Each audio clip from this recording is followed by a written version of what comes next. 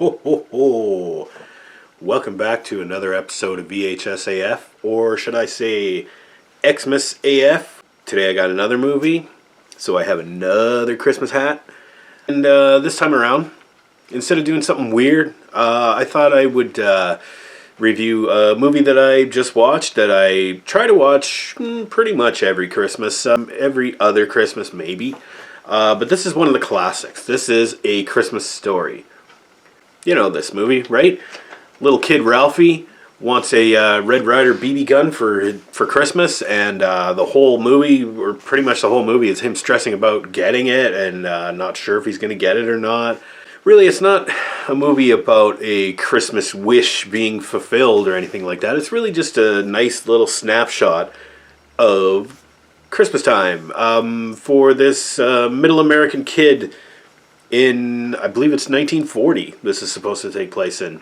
Yeah, it's very nostalgic. Of course, it goes through all the traditions, Christmas traditions and stuff like that, going to visit Santa Claus in the department store, you know, making your Christmas list and giving it to your parents and that sort of thing, Christmas shopping, what that's like, Christmas parades.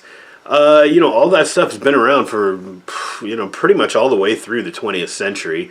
This movie was made in 1983, but it reflected back to the author and also narrator's childhood.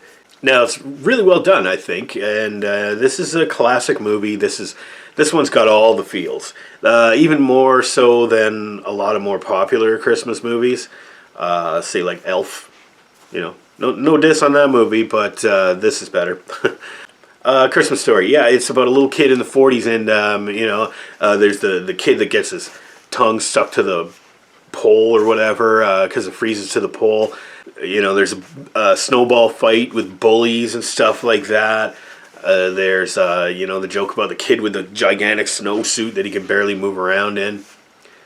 Yeah, lots of little nostalgic snippet, heartwarming kind of stuff. And yeah, I don't know, I'm just a sucker for that kind of thing, I guess.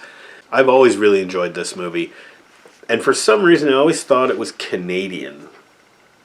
I don't know, because like when I was younger, when this movie came out, I first saw it on the Super Channel, which is like Canadian cable from the mid-'80s. And it was like what we used to call pay TV. And they used to play this movie a lot on there. I used to watch it over and over again, and I always laughed at this. But since it was on this like Canadian pay TV channel, I just always assumed it was Canadian. Apparently it's not. I believe some of it is actually shot in Toronto, so that's got to count for something. But no, it takes place in like Holman, Indiana, which is like a made-up name, I think. Like basically a small city, kind of close to Chicago. Yeah, and it's not uniquely American because, I mean, of course, America and Canada, USA and Canada, we share a lot of the same traditions, especially when it comes to Christmas. And a lot of things are very similar, but, you know, how similar is the Christmas in, say, Minnesota compared to Christmas in San Diego? Very different. But this is one of those movies that it's like, well, no matter where you live in Canada, you're going to have snow. It's just a thing at Christmas time. So, I don't know, maybe that's why I just assumed it was Canadian. Because we get a crap ton of snow up here, let me tell you. But yeah, I don't want to really talk too much about like the details of this movie and the scenes or anything like that. I don't want to ruin it for you, because I really highly recommend that you watch this movie. A couple other things to mention, though. One thing is the star, Peter Billingsley, plays Ralphie. Peter Billingsley is actually... you know, you don't hear his name that much. He's not a huge star, but he's a bigger star than you would think. Especially when it comes to like producing, and he's been active in Hollywood for this whole time, since this movie. I mean, and he was a child actor and everything, but even before this movie was shot. I just learned this yesterday. The guy that Jeff Bridges yells at in the first Iron Man movie and says, "Tony Stark built this in a cave." And the guy's like, with all due respect, I'm not Tony Stark. That's Ralphie. And he also came back in Spider-Man Far From Home and conspired against Spider-Man with Mysterio, so he was kind of like a bad guy in that as well. And,